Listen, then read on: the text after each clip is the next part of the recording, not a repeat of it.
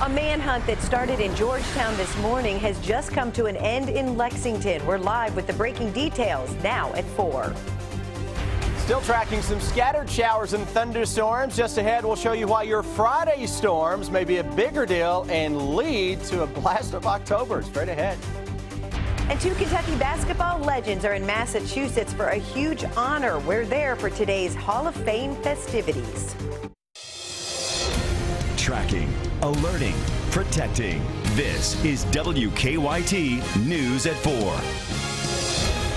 Good afternoon, I'm Jennifer Palumbo. Rain continues to hang around parts of the bluegrass.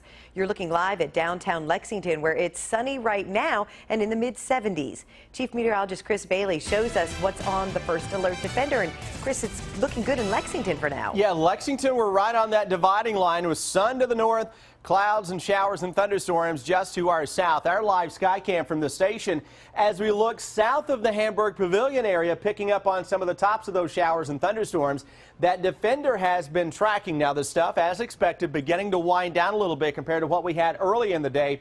But not too far away from downtown Lexington. It's raining right now in parts of Madison County, southern Jessamine County, most of Garrett County covered with some showers and the occasional rumble of thunder. That continues back toward the southwest, toward the Russell Springs and Pulaski County area. Southeastern Kentucky had some stronger storms a little earlier. Most of that is beginning to go by the wayside, and you notice an overall decrease now in the showers into parts of southern Kentucky. Where we have a wet ground, southeastern Kentucky, skies are going to clear up overnight. Watch out for some fog. Dense fog advisory is already out for later tonight and into tomorrow. Speaking of tomorrow, cold front that is now across the Plains states with some strong thunderstorms not too far from Chicago back into the plains.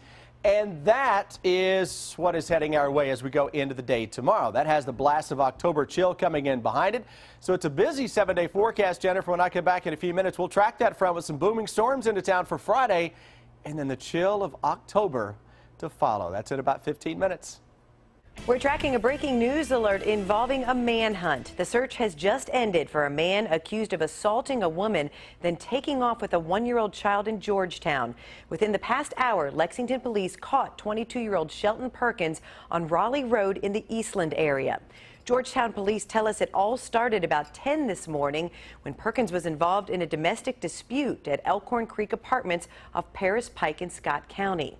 They found the child, but Perkins took off. Monique Blair is live with the breaking details in our top story at 4. Monique? Yeah, Jennifer, 22-year-old Shelton Perkins was arrested out here on Raleigh Road around 3 o'clock this afternoon. Now, that was after roughly a 5-hour manhunt for him that started in Georgetown. Now, Georgetown police say Perkins assaulted a woman at the Overlook apartment complex in Georgetown, locked her in a bedroom, and then fled in a car with a 1-year-old child. Police say shortly after fleeing in the car, Perkins abandoned that car and the child at the entrance of the complex. Police say the woman was able to climb out of a window and then call 911. Police found the child in the car unharmed. A helicopter flew over I-75 and a K-9 searched on the ground for the suspect before the search moved to Lexington. A woman who lives in the Overlook apartment complex where the assault happened didn't want to be identified, but says it worries her to know this happened so close to where her and her grandchildren live. What do I think about it? It's something. I mean, we're out here every day, and we just got done saying, you know, nothing's been going on, and all this happened. Now, Perkins is charged with fleeing and evading police, endangering the welfare of a minor, and assault 4th-degree domestic violence. Reporting live in Lexington, Monique Blair, WKYT. Thank you, Monique. And Perkins will be taken to the Scott County Detention Center. This morning's rain is being blamed for a school bus crash in Lexington. Police say a pickup hit a bus on Spears Road just off Jacks Creek Pike about 8:30 this morning. The pickup driver tells us he lost control on the slick road and collided with the bus. It was headed to Edith J. Hayes Middle School. 8 children on the bus were not hurt. The school district called their parents and took them to school on a different bus. New information this afternoon about a monkey captured in Bath County. The Primate Rescue Center in Nicholasville tells us numbers tattooed on the macaque monkey likely indicate his birth date. If that's true, the monkey would be 10 years old.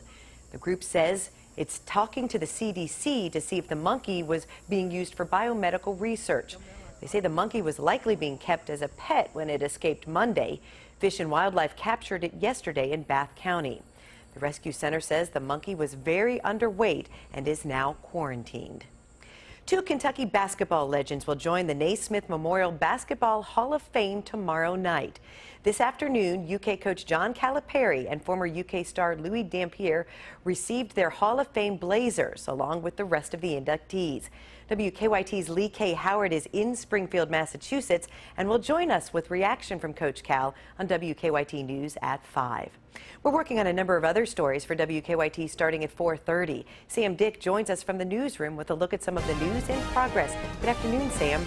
Good afternoon, Jennifer. Police at the University of Kentucky are warning students about recent moped thefts. The UK Police Department says several motor scooters have been stolen from on and around the UK campus.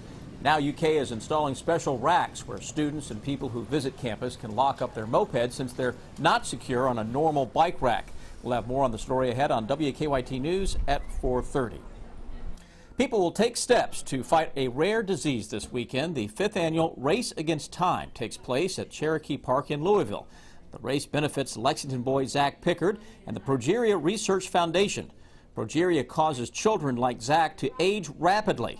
His grandmother and the doctor's office where she works in Louisville have been raising money for the race. The proceeds will help keep children in a clinical trial. You'll hear from Pickard and his grandmother on WKYT News at 4:30. And a movie that stars a Louisville native and was set in the city has been released on DVD. Where Hope Grows is about a troubled ex-ball player who befriends a mentally challenged grocery store employee. Coming up on WKYT News at 4:30, you'll hear from the film's star, who says the film has helped bring awareness to Down syndrome and the use of the R word. That's a look at some of the news in progress. Jennifer, back to you. Thanks, Sam. Now to stories making headlines across the nation at 4. Lawmakers on Capitol Hill have sped up their consideration of the Iran nuclear deal. Right now, senators are holding their first vote. And in the House, Republican leaders are charting a new path designed to bring conservative lawmakers back into the fold. Ryan Nobles has the latest from Washington. In the hours leading up to a key test vote on the Iran nuclear deal, senators took to the floor eager to make their views known one more time. It would be irresponsible to support such a weak, such a naive, and such a dangerous deal. To stop Iran from developing a nuclear weapon, that is the goal. I believe this agreement comes as close to achieving that as we can hope for at this moment. This will be the first in a series of Senate votes on the agreement.